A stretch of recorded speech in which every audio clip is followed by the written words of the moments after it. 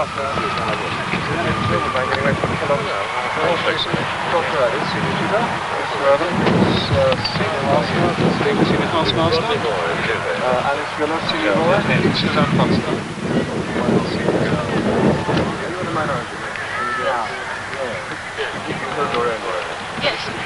very much. I've been to Rapid Tribute.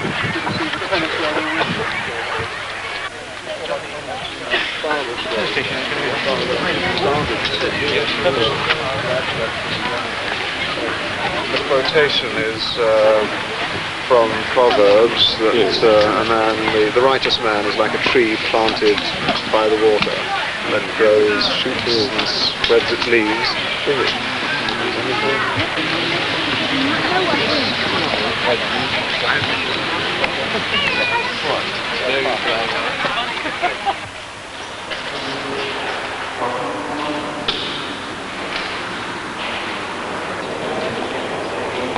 I've been experimenting with water color, which is the most difficult of all.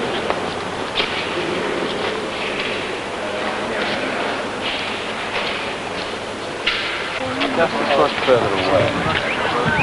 So I'm afraid on the voting side, Italian and German at the moment. We'd like to go across to the threepenny bit over there, which is the music school.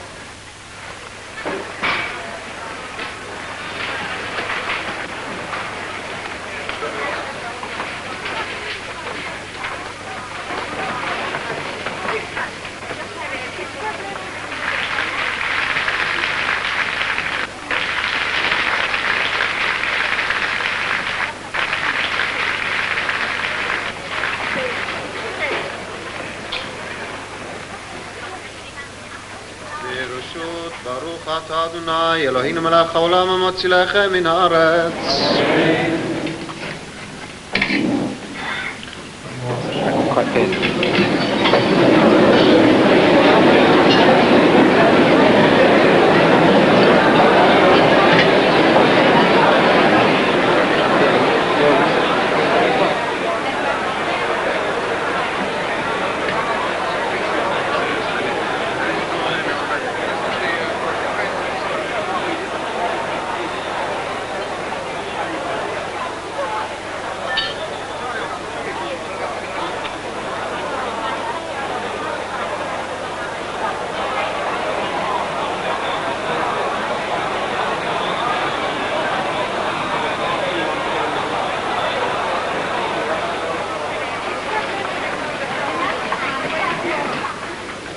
Your Royal Highness, Chief Rabbi, my lords, ladies and gentlemen, I now ask Mr. Perlman if he will speak to us about Carmel, the beginning, and propose the health of the college.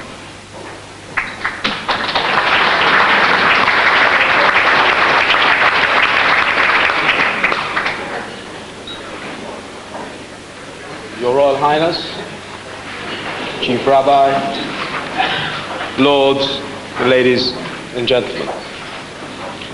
May I firstly say how honored I am to have been asked to speak on behalf of the old boys of Carmel on this, the 25th anniversary.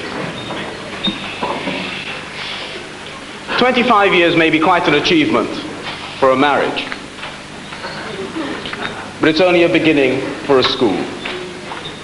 It's hardly long enough to develop the venerable traditions and the historical associations evoked by the names of the famous public schools and colleges of this country.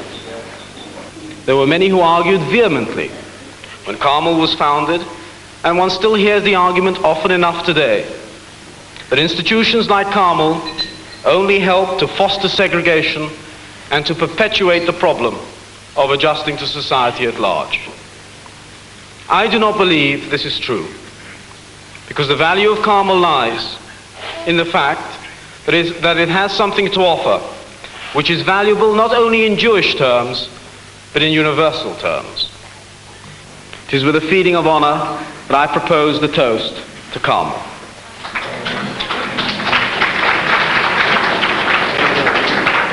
Carmel.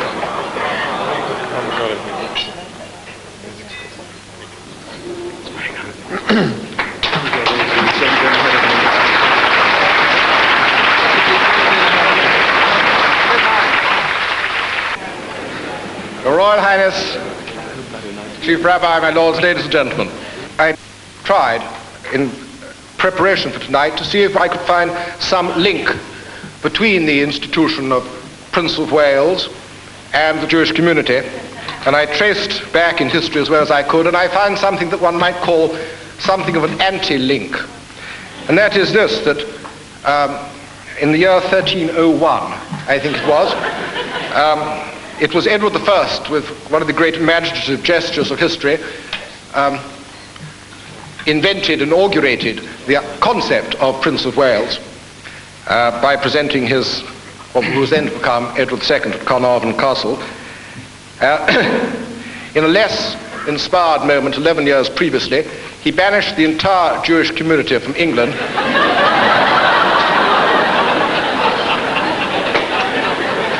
Well, I've already said time is short. I will say no more, though I'm sure a lot could be said, and ask you, sir, if you would be so good as to address us.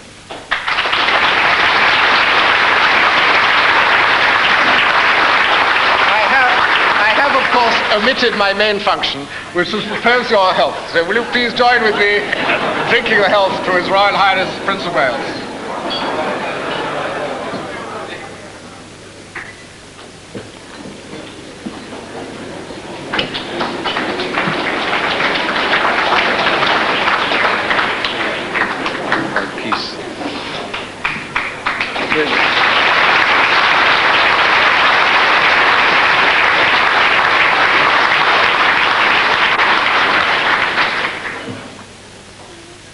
Mr. Franklin.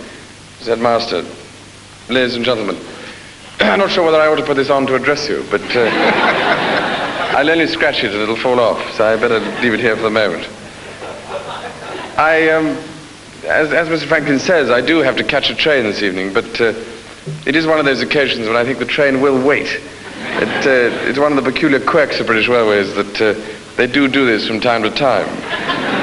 But I may be seen herring down the platform of Oxford Station in a dinner jacket, which might be a somewhat uncivilized approach to the problem. Dr. Perlman was mentioning about Gordonson just now. And of course, I think I can probably safely say that I have also been to a Jewish school. Kurt Hahn was, after all, a most eminent Jew, and many of the original founders, the founder staff of Gordonson, were Jews from Germany.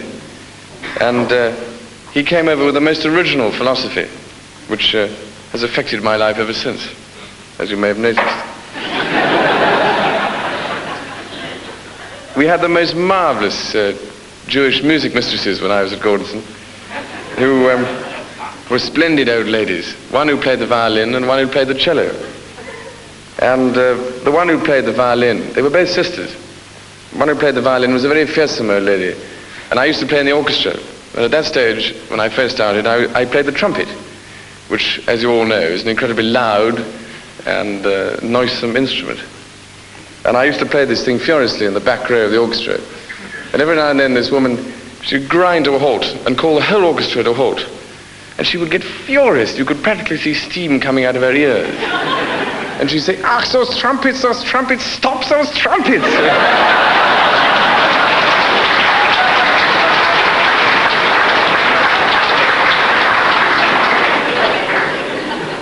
That's why I took up the cello.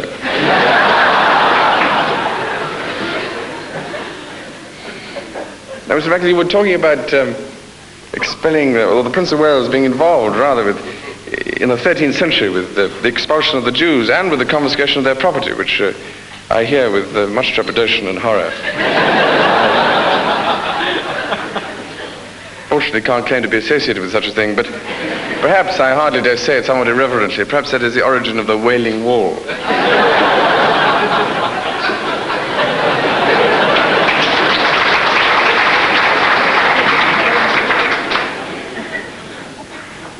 I must say, I really think it is incredibly lucky that you have girls in this august establishment, Mr. Headmaster. We were hardly allowed to talk to them when I was at school, let alone do anything else.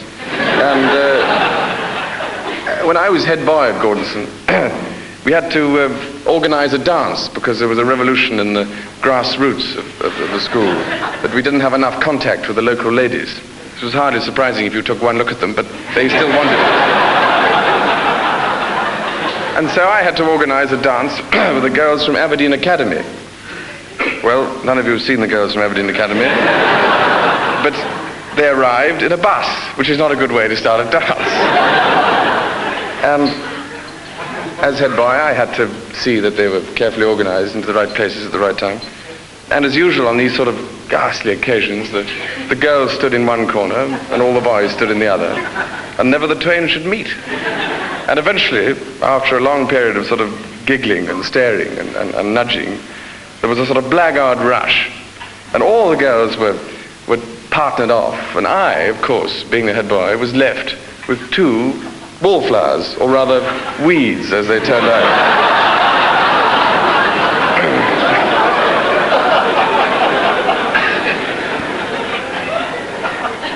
So somehow I spent the whole evening entertaining these two ladies. And during the course of this entertainment, one of the mistresses of Aberdeen Academy, the girls, came up and said to me, "Isn't it nice to see the young girls enjoying themselves with the boys?"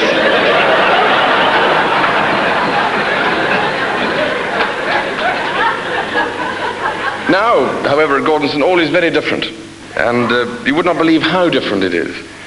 They're continually flushing boys and girls out of bushes and from up trees. It's almost a Peter Sellers situation. There was a well-known remark he made in one of his brilliant records, I think, where he was a headmaster at a school, and one of the parents was quizzing him on how his children would be treated.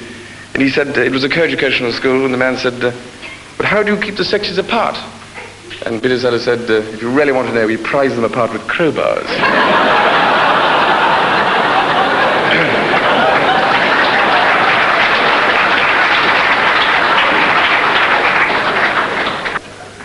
Now, I happen to be someone who believes that fundamentally and in a purely animal sense, human beings have not changed at all.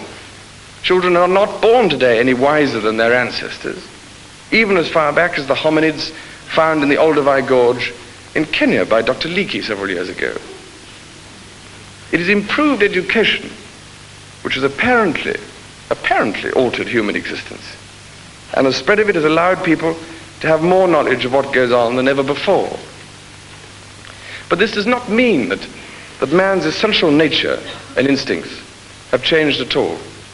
Rather, have they gone backwards, if anything, due to the erroneous belief that children know what is best for them, and who are we to think we know better, that we can mold a young life to our own way of thinking.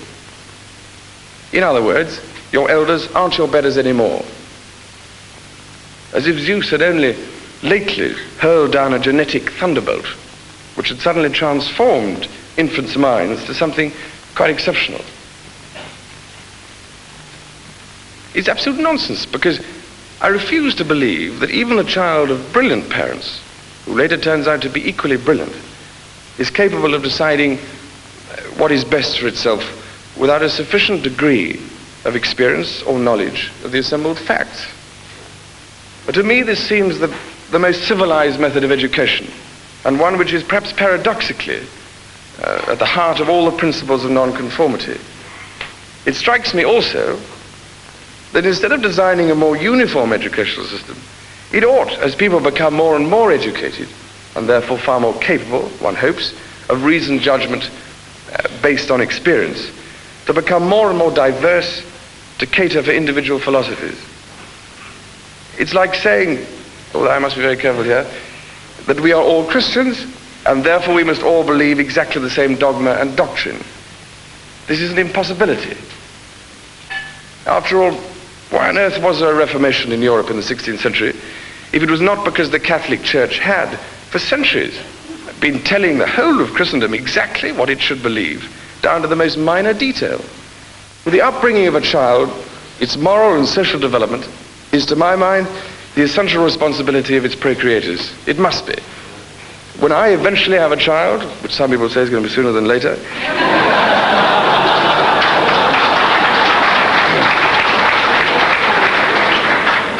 it will be my own flesh and blood, and I will want to ensure that I can delegate a portion of its upbringing for a particularly formative period of its life to a group of people who I am able to feel will inculcate the right values and standards into its malleable mind.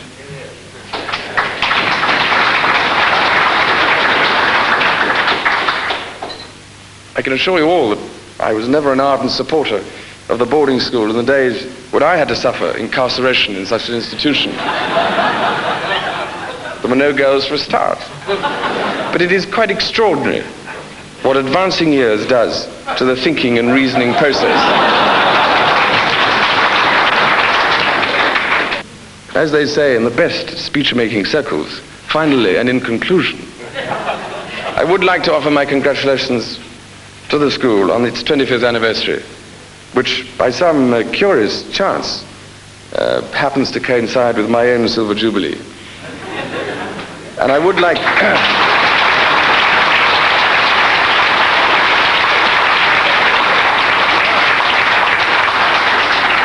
I would like to organize I would like to thank or wish great luck and good fortune to all those who are involved with the organization of the appeal in this Jubilee year. Thank you all very much.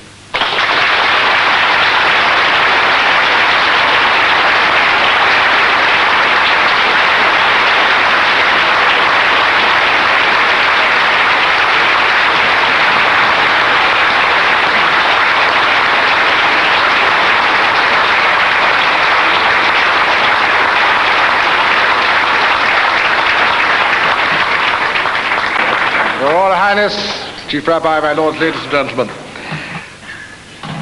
I have to keep the proceedings moving, much to my regret. We, as governors, would be very wrong and very irresponsible if we shut our eyes to the widespread feeling, which to some extent I think many of us share, that the exclusive element in the public school system is divisive to some extent within the nation.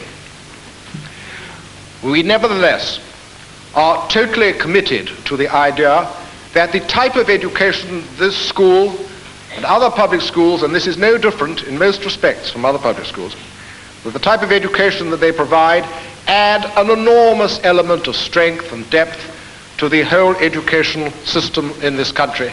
And under all circumstances, this wider opportunity of education must be preserved.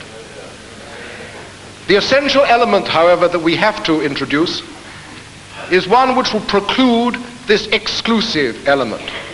In other words, this must be a school open to those who want this type of education and deserve it, not only through academic achievement, but through other qualities which make it desirable that pupils should come to this school. And there is only one way that this is going to be achieved, and that is the school endows itself sufficiently, creates enough scholarships to ensure that those who want to come to this school can come.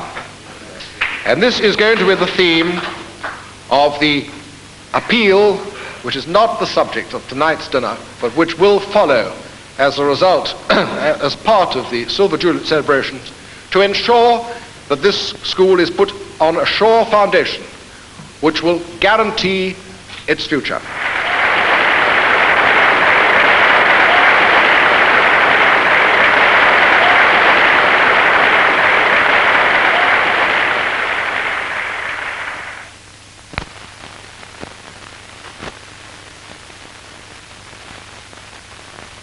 And secular education are accommodated in a Jewish boarding school.